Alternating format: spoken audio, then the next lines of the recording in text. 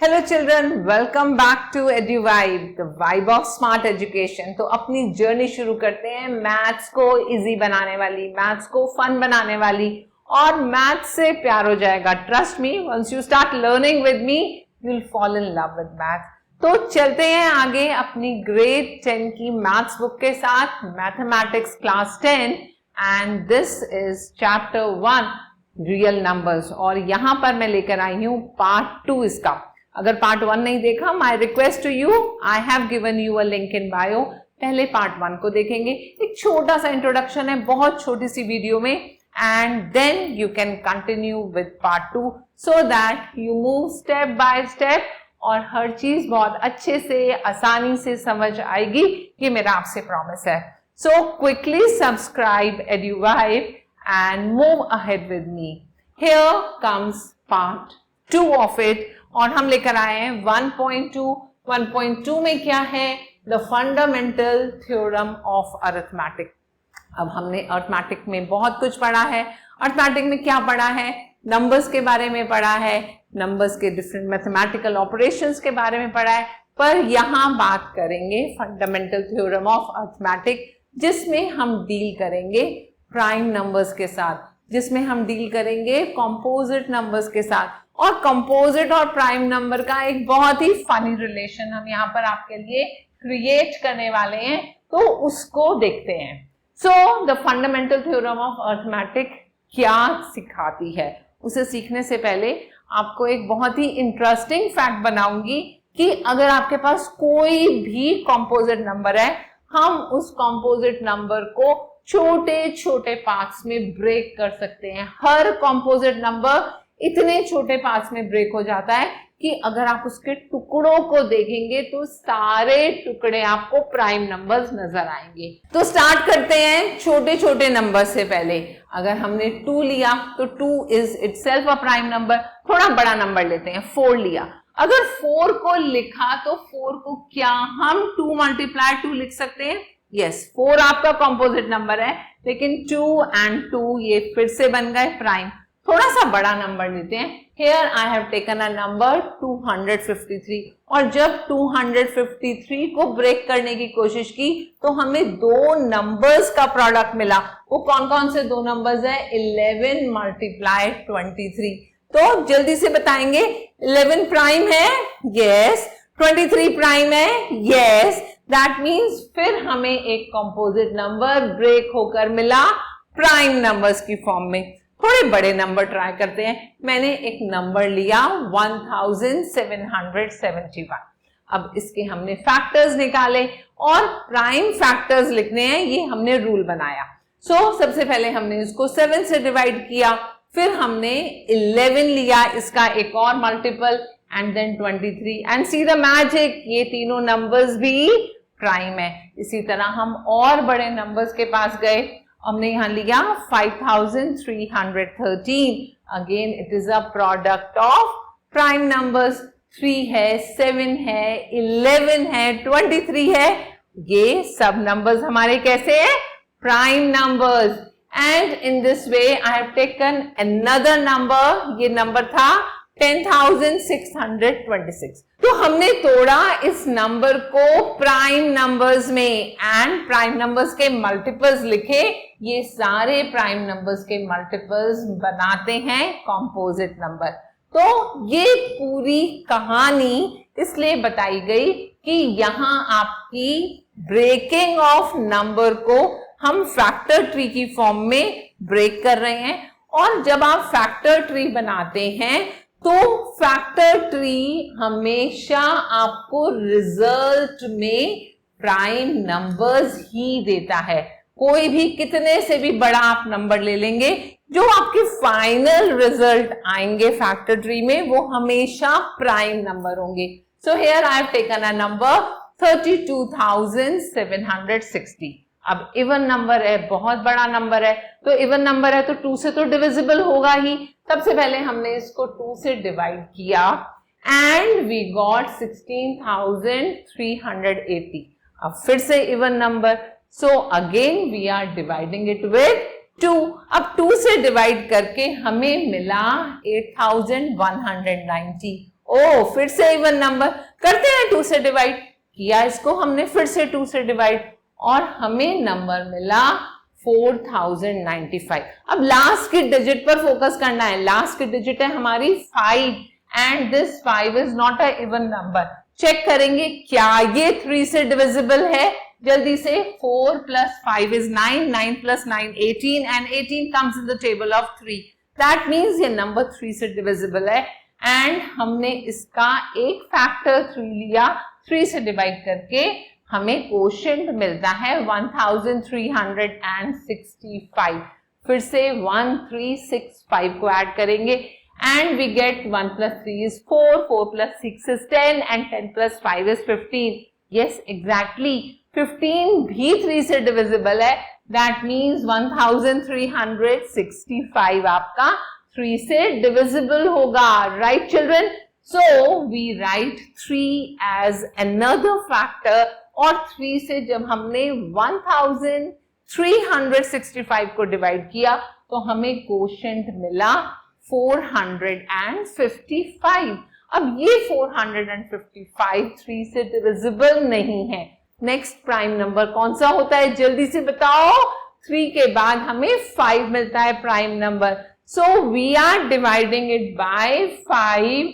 455 को 5 से डिवाइड किया तो हमें मिला 91, राइट। और ये 91 ब्रेक किया हमने 2 प्राइम में, दैट इज 7 times 13 is 91। अब ध्यान से ऑब्जर्व करेंगे 2, 2, 2, 3, 2, 5, 7 and 13, all these are prime numbers। तो ये प्राइम नंबर्स किसका प्रोडक्ट मिले, ये सब प्रोडक्ट है एक कॉम्पोजिट नंबर के। कॉम्पोजिट नंबर को हमने प्रोडक्ट ऑफ प्राइम नंबर्स में ब्रेक किया। So this is all about the fundamental theorem। अब fundamental theorem of arithmetic क्या कहती है? Theorem बोलती है that every composite number can be expressed, can be broken, can be factorized as the product of primes and this factorization is unique।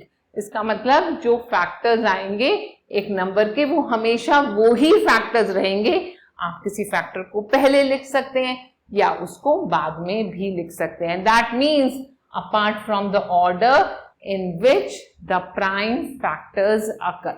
So the fundamental theorem of arithmetic says that every composite number can be factorized as a product of prime and the prime factorization of natural numbers is unique except the order of its factors। कोई भी एक number दिया है हम उसको product of prime numbers की form में express कर सकते हैं। अब वो फैक्टर्स आपके किसी भी ऑर्डर में लिखे जा सकते हैं, दैट मीन्स कोई भी नंबर पहले लिखा जा सकता है और कोई भी नंबर बाद में लिखा जा सकता है। नाउ मूविंग अहेड हम इसकी जनरल फॉर्मेशन लेते हैं।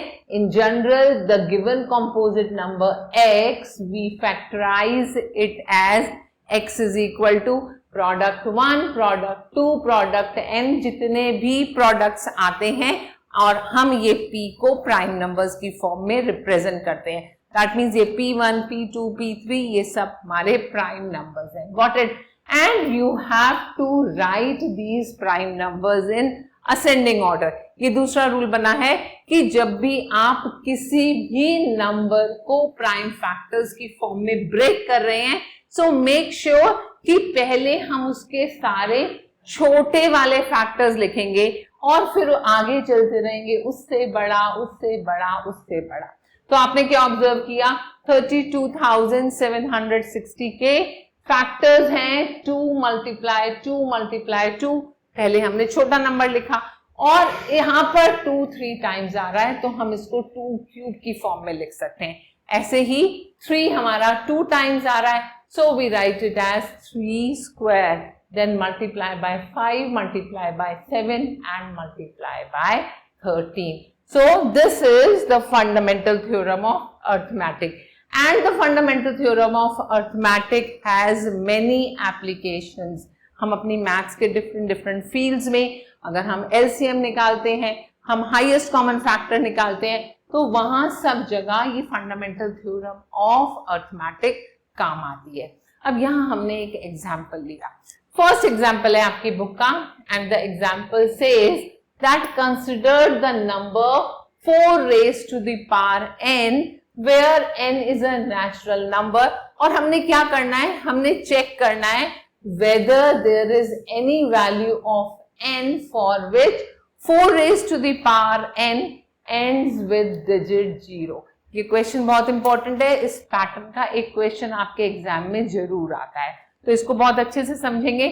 और इसका लॉजिक बेसिकली क्या है कि अगर हमें 4 की पावर n दिया हुआ है, 4 की पावर n का मतलब, अगर मैंने 4 की पावर 1 लिखा इसका मतलब 4 1 टाइम, अगर मैंने 4 की पावर 2 लिखा इसका मतलब प्रोडक्ट ऑफ 4 कमिंग 2 टाइम्स। ऐसे ही 4 क्यूब क्या होता है, दैट इज 4 मल्टीप्लाई 4 मल्टीप्लाई 4। और 4 की पावर n का क्या मीनिंग हुआ, 4 की पावर n का मीनिंग हुआ 4 का product n number of times. तो अगर हमारे पास कोई नंबर दिया है 4 raised to the power n और n की कोई भी वैल्यू है, where we just observe कि अगर हम 4 के फैक्टर्स निकालते हैं, 4 के फैक्टर्स क्या होते हैं, 2 मल्टीप्लाई 2, तो क्या वो 0 पर एंड होगा या नहीं। वो 0 पर एंड होने के लिए हमारी बेसिक रिक्वायरमेंट है कि उसके अंदर एक 2 जरूर होना चाहिए, एक 5 जरूर होना चाहिए। सो बेसिकली जब हम ऑब्जर्व करते हैं कि ये हमारे को लास्ट डिजिट 0 देगा, तो हमारी बेसिक रिक्वायरमेंट हो जाती है कि उसके जो फैक्टर्स होंगे उन फैक्टर्स में एक 2 आना चाहिए, एक 5 आना चाहिए। और अगर हम 4 की पावर n लिखते हैं तो इसको 2 स्क्वायर की पावर n लिखा जाता है, that means 2 की power 2n। that clearly indicates कि यहाँ पर 5 कोई भी फैक्टर एग्जिस्ट नहीं करेगा, चाहे आप 4 को जितनी बार मर्जी लिख ले। और इससे क्लियर होता है कि जब तक यहाँ 5 नहीं आएगा तब तक हम लास्ट में 0 डिजिट नहीं ला सकते। सो it is not possible because 4 raised to the power n is equal to 2 raised to the power 2n and this clarifies your answer। तो बिल्कुल क्लियर हो गया कि हम बहुत सिंपल से वर्ड्स में लिखेंगे कि अगर हम 4 के फैक्टर्स निकालेंगे, if you find the factors of 4 you will get 2 multiply 2 and there exist no 5। और अगर 5 नहीं है तो हमारी लास्ट डिजिट कभी भी 0 नहीं हो सकती। So this is not possible. So there is no natural number n for which 4 raised to the power n will end up with 0 digit। Now we come to next example। next example है आपको यहाँ LCM find करना है और HCF find करना है। किसका, 2 numbers दिए हैं 6 और 20, और कैसे फाइंड करना है, बाय प्राइम फैक्टराइजेशन। तो क्या करेंगे, सबसे पहले हमने 6 के फैक्टर्स निकाले। 6 के फैक्टर्स होंगे 2 and 3, तो हमने लिखा 2 की पावर 1 and 3 की पावर 1। अब आते हैं नेक्स्ट नंबर पर। नेक्स्ट नंबर आपको क्या दिया हुआ है, 20, तो 20 के फैक्टर्स निकालते हैं। 20 के फैक्टर्स हैं 2 मल्टीप्लाई 2 मल्टीप्लाई 5, तो 2 मल्टीप्लाई 2 का मतलब कितनी बार 2 आ रहा है, इट्स कमिंग 2 टाइम्स, तो ये बना 2 स्क्वायर एंड मल्टीप्लाई 5 का मतलब 5 की पावर 1। अब एक रूल बनाऊंगी कि अगर HCF निकालना है तो फैक्टर्स में से कैसे नंबर छांटेंगे और LCM निकालना है तो फैक्टर्स में से कैसे नंबर छांटेंगे। तो सबसे इंपॉर्टेंट चीज हम ऑब्जर्व करेंगे कि दोनों में कॉमन फैक्टर क्या आ रहा है, वो हाईएस्ट कॉमन फैक्टर हो जाएगा। तो यहाँ पर 3 एग्जिस्ट करता है, यहाँ 3 एग्जिस्ट नहीं करता, तो बिल्कुल क्लियर है कि HCF निकालते टाइम 3 का कोई रोल नहीं होगा।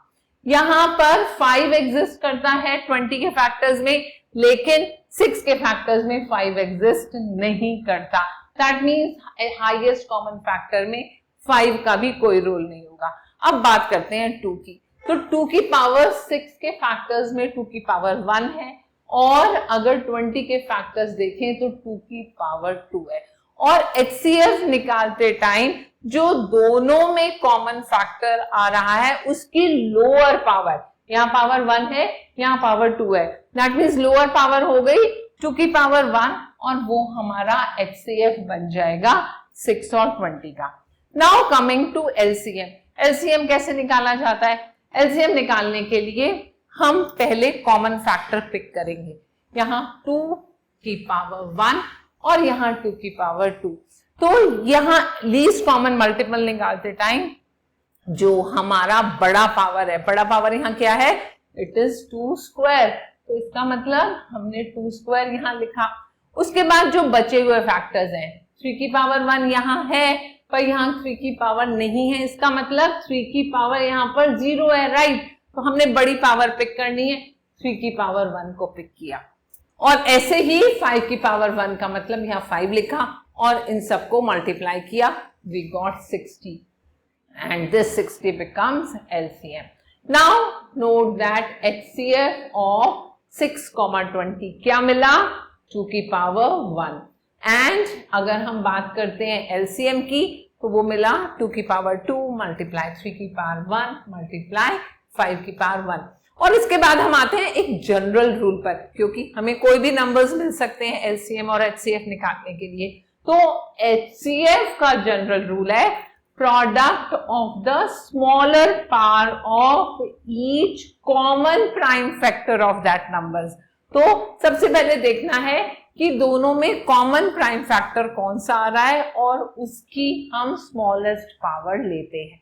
इसी तरह LCM निकालना है, it is the product of greatest power of each prime factors involved in the numbers. यहां कॉमन नहीं ले रहे, हर एक फैक्टर को पिक कर रहे हैं और उस फैक्टर का जो ग्रेटेस्ट पावर है उसको पिक करके लिखते हैं और उसका प्रोडक्ट निकालते हैं। सो easy, so say with me, easy peasy lemon squeezy, right?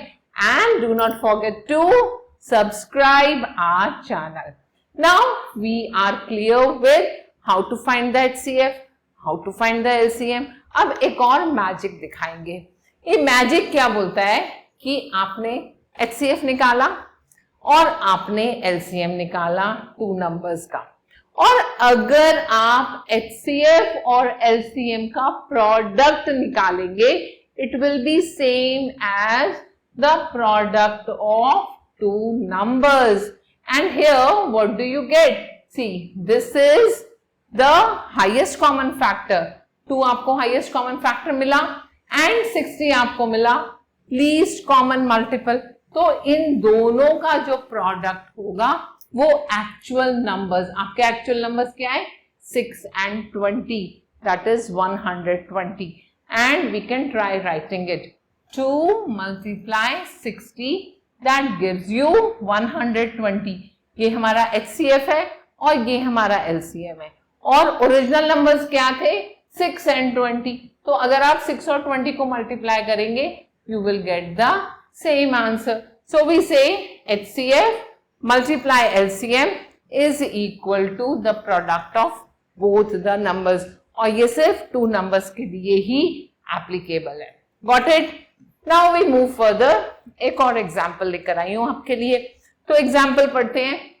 Find the HCF of 96 and 404 by prime factorization and then find the LCM।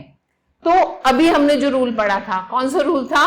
HCF multiply LCM is equal to product of 2 numbers. इस rule को follow करेंगे तो हमें HCF से LCM निकालना आसान हो जाएगा, और अगर LCM मालूम है तो HCF निकालना आसान हो जाएगा। तो देखते हैं कैसे। सबसे पहले हमने प्राइम फैक्टर्स लिखे, 96 के प्राइम फैक्टर्स हैं 2 raised to the power 5 multiply 3, और अगर हमने 404 के प्राइम फैक्टर्स लिखे so it is 2 square multiply 101। अब यहां हमने ऑब्जर्व किया that 2 is a common factor और कम power, the lower power is 2 square. That means इन दोनों नंबर का HCF बना 2 square which is equal to 4। अब आते हैं हम LCM में। You want to find the LCM of these 2 numbers, LCM calculate करने के लिए हम इसी फॉर्मूले को यूज करेंगे। LCM is equal to the product of two numbers और उसको डिवाइड कर देंगे एचसीएफ से। सो वी राइट 96, दूसरा नंबर है 404 और इसको डिवाइड किया 4 से, एंड डिवाइड करने के बाद 4 2 times is 8 and 4 time is 60। अब इस 24 को अगर हमने 404 से मल्टीप्लाई किया, we got 9696 and this is the LCM of these two numbers. So this is a shortcut and इस shortcut से आपका sum कैसा हो जाएगा? Easy, right? So I believe you are enjoying learning. आगे चलते हैं, एक और example लेकर आई हूं आपके लिए, and this is example 4 of your NCERT book of grade 10. And यहाँ पर क्वेश्चन है, you have to find the HCF and LCM of 6, 72 and 120 using prime factorization. तो बहुत इजी है। सबसे पहला स्टेप, प्राइम फैक्टर्स निकालेंगे तीनों नंबर्स का। पहले हमने लिखा 6 के प्राइम फैक्टर्स, फिर हमने लिखे 72 के प्राइम फैक्टर्स और उसके बाद 120 के प्राइम फैक्टर्स। अब ऑब्जर्व क्या किया कि 2 की स्मॉलेस्ट पार्ट चेक करना है, तो 2 की पावर 1, 2 की पावर 3 एंड 2 की पावर 3। स्मॉलेस्ट पावर हो गई 2 raised to the power 1, wonderful. And अब आते हैं 3 की स्मॉलेस्ट पावर में, जो तीनों नंबर्स के फैक्टर्स में एग्जिस्ट करता है। सो this is 3 raised to the power 1, 3 raised to the power 2 and 3 raised to the power 1। तो स्मॉलेस्ट पावर क्या मिली? That is 3 raised to the power 1। And इन दोनों का अगर हम प्रोडक्ट लेते हैं, हमें मिल जाता है HCF। 3 multiplied 2 is 6, तो ये बन गया आपका HCF। Now we talk about the greatest powers of the prime factors. तो ग्रेटेस्ट पावर्स निकालने के लिए हम चेक करेंगे 2 की highest power which is 2 raised to the power 3। उसके बाद चेक करेंगे 3 की highest power which is 3 raised to the power 2 and कौन सा नंबर बचा? 5 की हाईएस्ट पावर है 5 raised to the power 1 और इन तीनों का प्रोडक्ट निकाला तो हमें मिला 360। तो हम बोलते हैं कि 360 हमारा LCM है 672 का और 120 का। Understood? So stay tuned and thanks for watching. Keep putting your comments, subscribe us and put your questions if you have in the comment section. Goodbye.